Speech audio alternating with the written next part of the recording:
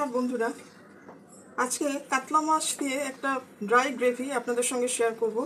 এখানে আমি 4 পিস কাতলা মাছ ছোটোভাবে কেটে নিয়েছি, এইরকমভাবে পিস করে নিয়েছি। একটা দুটো আলু নিয়েছি, এইভাবে ছোট করে কেটে নিয়েছি। এখানে একটা বড় মাপের পেঁয়াজ কুচিয়ে নিয়েছি, ক্যাপসিকাম নিয়েছি, টমেটো কুচিয়ে নিয়েছি। এখানে নিয়েছি আদা আর 5 কোয়া রসুন, আর নিয়েছি একটু রাঁধুনি, যেটা মাছের আঁশটে গন্ধটা কমাতে সাহায্য করবে। আদা, রাঁধুনি আর রসুনের একটা পেস্ট আমি তৈরি করে নেব।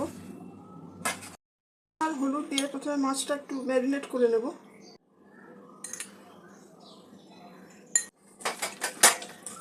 নুন হলুদ মাখিয়ে মিনিট 10 আমি রেখে দেবো মাছটা।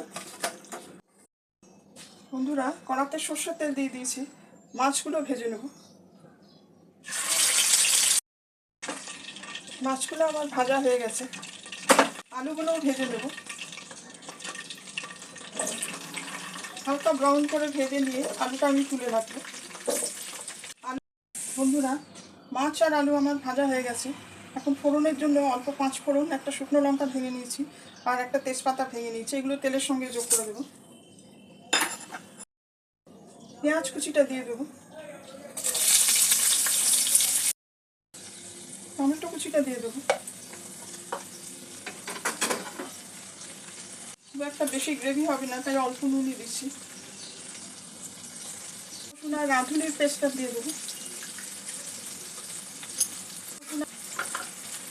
এখানে কিছু গুঁড়ো মশলা নিয়ে নিয়েছি, জিরে গুঁড়ো, ধনে গুঁড়ো, হলুদ গুঁড়ো, লঙ্কা গুঁড়ো আর কাশ্মীরি রেড মির্চ পাউডার। এই মশলাগুলো যোগ করে দেবো।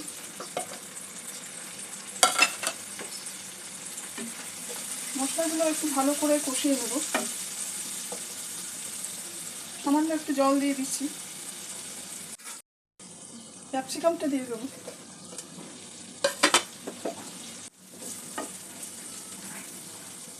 আলু ভাজাটাও দিয়ে দেবো। সামান্য একটু চিনি দিয়ে দেবো।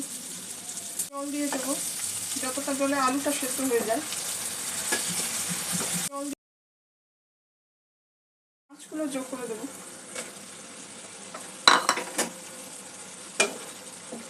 মিডিয়াম মাছগুলো সেদ্ধ করে নেবো ঢাকা দিয়ে।